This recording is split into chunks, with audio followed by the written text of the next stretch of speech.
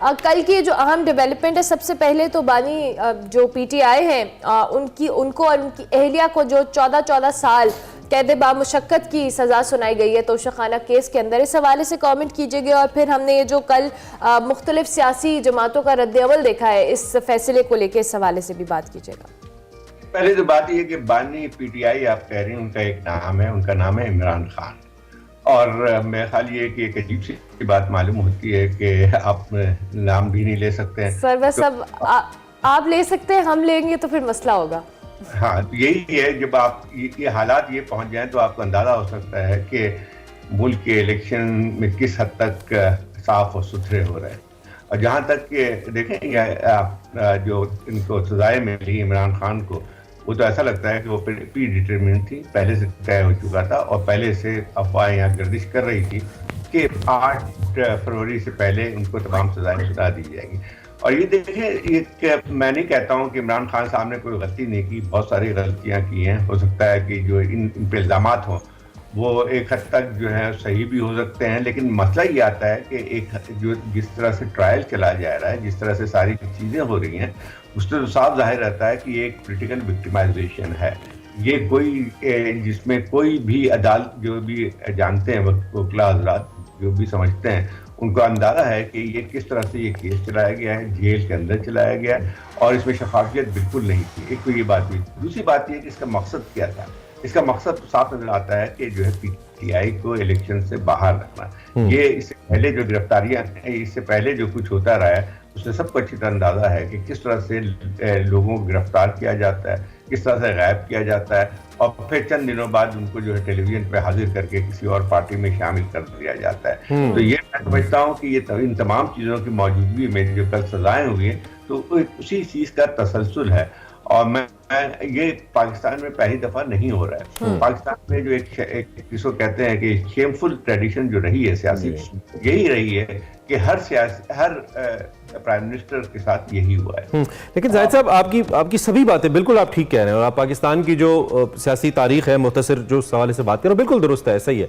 लेकिन इस तारीख को दुरुस्त भी तो इन्हीं सियासतदानों ने करना था ना, जिनके आज नाम लेने पर पाबंदी है। आपकी बात से एग्री करते हुए, ये जब खुद पॉलिटिक्स में थे, ये कहते थे मैं दहशतगर्दों से बात कर लूंगा, मैं सियासतदानों से बात नहीं करूंगा। आपको याद है ना इनकी स्टेटमेंट्स, ये नहीं बात करते थे। और फिर इन्हीं की इनको बार बार कहा जाता था कि आप कोई कमेटी बनाएं, आप एक नेगोशिएशन का जो रास्ता है वो ओपन रखें। इन्होंने नहीं किया। हैविंग सेड दैट, मैं ये नहीं कह रहा कि जो हो रहा है वो ठीक हो रहा है, लेकिन कल अगर और अपने टाइम पे जब इससे पहले नवाज शरीफ कर रहे थे तो शायद उन्होंने भी इसी तरह की स्टबर्ननेस दिखाई होगी, दो कि वो थोड़े फ्लेक्सिबल रहे। That's why is coming back for the fourth time. लेकिन सियासतदानों ने ही इन चीजों का हल निकालना होता है। और आपको नहीं लगता कि सियासतदान एक सर्टेन टाइम के ऊपर they miss that timing, they miss that flight and then उसके बाद रिग्रेट करते हैं और ये सब कुछ हम दायरों का सफर करते रहते हैं? बिल्कुल, ये सब बात सही है। मैं नहीं कह रहा हूँ कि जो है कि सियासतदान इससे मुबर्रा है तमाम चीज़ों से। मैं और सारा जो है यही सिलसिला है कि जो यहाँ पे इस मुल्क के अंदर जो कुछ होता रहा है वो इसी तरह से होता रहा है कि एक सियासी जमात को जब इंतकाम का निशाना बनाया जाता है तो दूसरी सियासी जमातें तालियां बजाती हैं। ये बिल्कुल हकीकत है कि जब नवाज शरीफ के साथ हो रहा था तो इमरान खान साहब कहा करते थे कि मैं इनको जो है जेल में सड़ाऊंगा, ये करूंगा, वो करूंगा, लेकिन ये हकीकत है। लेकिन आज जो फिर हमें तो यही लगता है कि जो कुछ PMLN के साथ हुआ है 5 साल पहले या उससे पहले भी होता रहा है, तो उसके बाद जो है अब ये तालियां बजा रहे हैं कि जो इमरान खान के साथ कुछ हो रहा है। मसला ये आता है कि कोई सबक जो है हमारे सियासतदान कभी नहीं सीखते। असल मसला ये आता है कि शॉर्ट साइटेडनेस है एक किरदार की एक जंग में और उसको फिर इस्तेमाल किया जाता है। जाहिद साहब, आपको नहीं लगता कि इस सारी सूरत हाल में, जो कि काबिल अफसोस सूरत हाल है, मुल्क की एक बड़ी पार्टी है, उसको अपने मैंडेट के मुताबिक मुल्क के अंदर हुकूमत और अपोजिशन करने का मुकम्मल हक हासिल है एज पर कॉन्स्टिट्यूशन, लेकिन कहीं ना कहीं आपको नहीं लगता कि बाकी इन दो जमातों की निस्बत तहरीक इंसाफ अपनी विकेट से, अपनी क्रीज से, क्रिकेटिंग टर्म में मैं बात करूं, निकल के खेली, हट के खेली, कुछ ऐसे एरियाज के अंदर उसने नो प्लेइंग जोन के अंदर खेलने की कोशिश की जिसका उसको खमियाजा भुगतना पड़ा। इन पर्टिकुलर जो एस्टैब्लिशमेंट के ऊपर तनकीद थी, मुखालफत तो हर पार्टी की रही है, पीपल्स पार्टी बड़ी एंटी एस्टैब्लिशमेंट पार्टी रही है, नून लीग की एजुटेशनल पॉलिटिक्स बीच में कुछ अरसा रही है, लेकिन तहरीक इंसाफ का जिस तरीके से एक अंदाजे बयान था या उनका एक the way of they have acted in this whole situation, वो कुछ ज्यादा एक्स्ट्रा ऑर्डिनरी था, जिसकी वजह से इसके रिजल्ट्स भी नेगेटिवली ज्यादा एक्स्ट्रा ऑर्डिनरी उनके लिए आ रहे हैं। लेकिन असल चीज आप तो भूल गए कि खुद एस्टेब्लिशमेंट का क्या रोल रहा है। देखिए, यही इमरान खान थे जो कि 2018 के इलेक्शन में कहा जाता था कि ये इनके फेवरेट बन गए थे। जी, जी, जी। नवाज शरीफ साहब से खिलाफ था। तो इस गेम को, ठीक है, इमरान खान साहब भी एक उसमें जो है टूल के तौर पे इस्तेमाल हुए थे।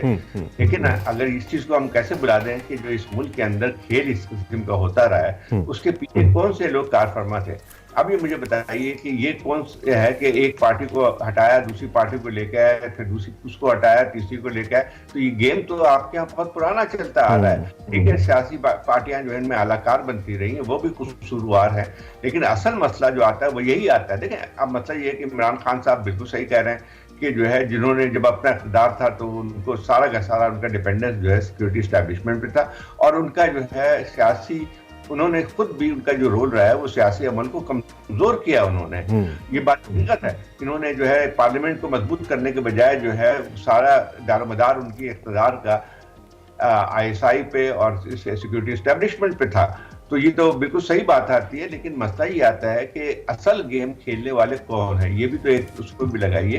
और लेकिन यही कि अब मैं ये तो नहीं कह सकते हैं कि उनको जो है उस चीजों की, उस आर्मी के साथ मिलके जो गेम खेला था उन्होंने, उसकी सजा मिल रही है। ऐसी सजा, मतलब ये कि इससे चीजों से बाहर निकलना चाहिए। अब मसला ये है कि आप नवाज शरीफ साहब को देखें, आप 2 साल पहले 3 साल पहले ये शोर करते थे कि जो है उनको नाम भी लेते थे जिन्होंने हटाया था इनको। अब जो है सबसे बड़े जो है फेवरेट बन गए। आज उनके नाम से वो जबान से वो नाम नहीं आते। उनको सबसे ज्यादा खुशी इस बात की है कि उनके हरीफ इमरान खान को वहां से हटाया गया। तो ये गेम आप देखिए, अनफॉर्चुनेटली ये सर्कल है जो चलता चला जा रहा है। जो एक जमात करती थी इक़्तिदार में आके, अब वो दूसरी कर रही है, और वही साइकिल है जिसमें पाकिस्तान उलझा हुआ है। और दूसरी जानिब ये जो भी इलेक्शंस का, इंतखाबात का मामला है जाहिद हुसैन साहब, और अभी सिक्योरिटी के मामलात पे भी हम बात कर रहे थे। खैबर पख्तूनख्वा और बलूचिस्तान में जो अमन व अमान की सूरत हाल कुछ अच्छी और हौसला अफजा नहीं है। 2 के सिक्योरिटी इदारे अपने तौर पर काम कर रहे हैं, बट ये जो कल हमने देखा है तहरीक इंसाफ के एक कारकुन, आज़ाद उम्मीदवार इनफैक्ट रेहान ज़ेब खान साहब का कत्ल हुआ, फिर उसके बाद उससे पहले हमने देखा पीपल्स पार्टी और फिर तहरीक इंसाफ की एक रैली के ऊपर भी हमला हुआ। इस सारी सूरत हाल में ऑब्वियसली ये भी एक थ्रेट तो है इंतखाबात के सारे प्रोसेस में। हाँ, ये तो है, और ये पहली दफा नहीं हो रहा है। आपके इंतखाबात में पहले भी इस किस्म की चीजें होती रही। 2013 का अगर आपको इलेक्शन के याद होगा, इस तरह से जो है उन पे सियासी पार्टियों के जलसों में भी हमले हुए थे। तो ये एक है, बदकिस्मती है और इसको ख़त्म होना चाहिए। लेकिन इसकी वजह से आपको इंतखाब मुलतवी नहीं कर सकते हैं, क्योंकि अगर आप इसी तरह करते रहे एक वाक़यात को लेके, उसको नहीं होना चाहिए। मैं सही कहता हूँ कि ये हमारी जो लॉ इन्फोर्समेंट एजेंसीज हैं उनको इस बात का ख्याल रखना चाहिए कि जो कार्रवाई है इसमें रोकथाम होनी चाहिए, लेकिन इसको जवाज़ नहीं बनाना चाहिए कि इंतखाबात को मुलतवी कर दिया जाए, क्योंकि इससे बदतर हालात में इस मुल्क में इलेक्शन हो चुके हैं। आपको याद होगा 2008 के इलेक्शन जो हुए थे सिर्फ 1 महीने के लिए पोस्टपोन हुआ था, जब साहबा का जो है असैसिनेशन हुई थी। तो उसके बाद जो है उससे 1 महीने बाद आपके इलेक्शन हो गए थे, और उसमें भी जो है इस किस्म की तशद्दुदी कार्रवाइयाँ होती थी। नहीं होनी चाहिए। मैं नहीं कह रहा हूँ कि ये सही है, लेकिन इसको एक जवाब नहीं बनाया। ठीक है, इलेक्शन आप कह रहे हैं टाइम पे नहीं। अच्छा जाहिद साहब, हम जो इससे पहले पार्टीज कॉन्फ्लिक्ट और फिर उसमें एस्टैब्लिशमेंट की हम बात कर रहे थे कि उसको एक मौका मिलता है कि वो अपना रोल प्ले करे, जो कि डेमोक्रेसीज में नहीं होना चाहिए, एक लिमिटेड होना। इनफैक्ट अपने कॉन्स्टिट्यूशनल जो मैंडेट्स हैं उससे बाहर नहीं निकलना चाहिए किसी भी इदारे को। You right. दूसरी जानिब हमें याद है जब खान साहब प्राइम मिनिस्टर बने थे तो उस वक्त बार बार कुछ बड़े सीनियर कॉलमिस्ट थे और बड़े सीनियर जो लोग टेलीविजन के ऊपर भी आके कहते थे कि अब इनको आम माफ़ी का ऐलान कर देना चाहिए, इनको इस नफरत की सियासत को छोड़ देना चाहिए। और ये सिलसिला तकरीबन 2 साल 2.5 साल तक जो लोग मुख्तलिफ उस गवर्नमेंट के अंदर कॉमेंट करने वाले थे, तजिया करते हुए ये कहते रहे, क्योंकि उस वक्त भी ऐसी ही फिजा थी कि जेल में डाल लो, पकड़ लो। अब जब नया इलेक्शन आ रहा है और लोग कह रहे हैं कि लगता है कि शायद मियां साहब दोबारा हुकूमत में आ जाएं, तो इस सिचुएशन को देखते हुए क्या अब भी वही रेपिटेशन हम देखेंगे? क्या मियां साहब से या आने वाले अगले प्राइम मिनिस्टर जो भी हों उनसे आपको मुख्तलिफ बिहेवियर एक्सपेक्ट करते हैं? क्या पॉलिसी हो, हम इस जुमूद से कैसे निकलें? क्योंकि बहरहाल निकालना तो इन्हीं सियासतदानों ने है जो सियासत कर रहे हैं इस वक्त।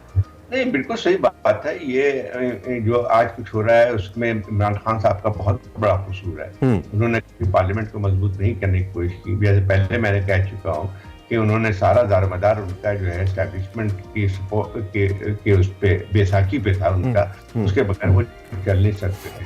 ये तो हकीकत है। लेकिन बात ये है कि अब जो कुछ हो रहा है वो तो उसी चीज का तसलसल हो रहा है। ठीक है, कैरेक्टर्स का जो है एक रिवर्सल हुआ है कि पहले कैरेक्टर फेवरेट थे वो अब अताब का निशान है, और जो पहले जो अताब में थे वो अब आके जो है वो एक लिहाज से सबसे बड़े फेवरेट बन गए।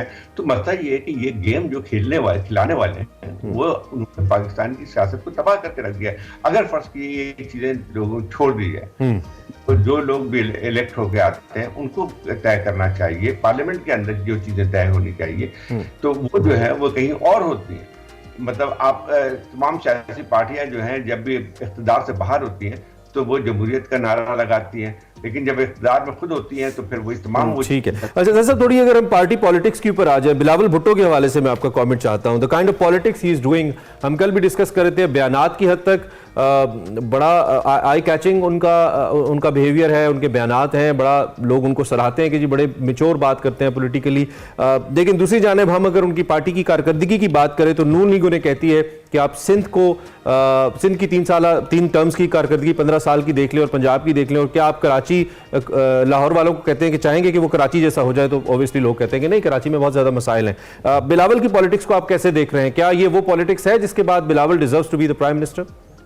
देखिए, अब तो मैं इस तरह से नहीं कह सकता, ये तो आवाम का काम है कि किसको मुंतखब करते हैं। अगर वो समझते हैं कि बिलावल सही नहीं, उनके तवक्कात पूरे नहीं कर सकता तो यकीनी तौर पे उसको वोट, उनको हक है कि उसको वोट ना दें। लेकिन बात ये है कि ये हमारी सियासत में जो एक चीज अगर आप देखें कि जब इंतखाबात करीब आते हैं तो ऐसे वादे किए जाते हैं जो कि नामुमकिन होते हैं पूरे करने।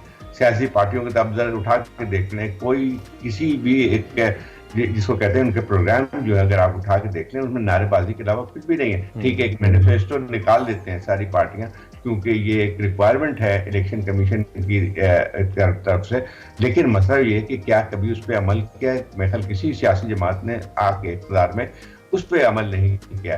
एक पॉपुलर स्लोगन तो देना बहुत आसान है कि हम मुफ्त बिजली दे देंगे, मुफ्त जो है गैस दे देंगे, लेकिन क्या हकीकत में ये कर सकते हैं? जो असल मसले मसाइल हैं मुल्क के अंदर उस पर कोई संजीदगी से बात नहीं होती, चाहे वो बिलावल साहब हो, चाहे वो नवाज शरीफ साहब हो। इस वक्त पीटीआई तो पूरे चीज़ों से बाहर है, तो उनकी इजाज़त भी नहीं है कि वो अपनी बात कर सके। तो मसला ये है कि इन तमाम चीज़ों को एक हद तक आप वही देखेंगे कि लोगों को यकीन उठता जा रहा है इस पूरी जो प्रोसेस पे, क्योंकि जो नारे लगते हैं उनके हकीकत से कोई दूर दूर तक वास्ता नहीं होता है। अब मुझे बताइए कि क्या मुल्क के सारे मसाइल जो हैं मोटरवे बनाने पे है? किसी ने आज तक कोई बात नहीं करता है कि तालीम के हम के मैदान में कितने पीछे रह गए। कोई बात नहीं करता है कि इस वक्त मुल्क के अंदर एक और बहुत बड़ा मसला है वो कि आबादी का जिस तरह से एक्सप्लोजन हो रहा है, जो है आप मुल्क को किस तरह से चलाएंगे, कोई इस पे बात करता है? कोई नहीं करता है। वैसे आई वाज ग्लैड कि कम से कम एक पार्टी ने अपने मैनिफेस्टो में, नून लीग ने लिखा है ये आबादी वाला फैक्टर, तो मुझे अच्छा लगा कि कम से कम इदराक है। अब आप वाली बात है, अगर अमल भी हो जाए तो बहुत ही अच्छा होगा। एंड ऑफ कोर्स हम मंशूर बनाने तक तो हम रहते हैं, लेकिन जब अमल का वक्त आता है तो सभी पार्टीज यकीनी तौर पे मायूस करती हैं। अवाम के लिए क्या है सर, केयर टेकर सेटअप जाता नजर आ रहा है, रात को पेट्रोल बम गिर गया एक और अवाम के ऊपर। व्हाट डू यू थिंक, क्या अवाम इस सारी सिचुएशन के अंदर are they going to express their emotions and feelings through their vote on 8th of February? आपको लगता है कि नहीं, शायद इस दफा अवाम इतना सामने ना आए? आपकी क्या फीलिंग है, आपका क्या? इस वक्त केयरटेकर हुकूमत है वो किसी पार्टी की हुकूमत उस तरह से नहीं है। एक तो केयरटेकर हुकूमत जो है यहाँ पे सारी चीजें यानी हमारी जो जमहूरी तकाज़ों से पूरी नहीं होती हैं, उससे इसी की एक मिसाल केयरटेकर हुकूमत है। इस केयरटेकर हुकूमत का एक मकसद होता है, कॉन्स्टिट्यूशन में ये था कि उनको उनकी सिर्फ एक जिम्मेदारी है कि सुपरवाइज करें कि फेयर एंड फ्री इलेक्शन हो। लेकिन हमारे केयरटेकर जो प्राइम मिनिस्टर हैं वो तो पता नहीं तमाम हुदूद पार कर चुके हैं। वो तो ऐसा लगता है कि वो एक मुस्तकिल प्राइम मिनिस्टर हैं, हर चीज़ों पे उनका बयान आता है। मैं कल परसों मैंने बयान देखा कि सियासी पार्टियों पर तनकीद कर रहे थे कि जो है वो उनके जो माशी या इक़्तिसादी जो पॉलिसी और या उनका जो इलामिया है वो जो है सही नहीं है, तो उनको हक नहीं पहुंचता है कि इस किस्म की तनकीद करें।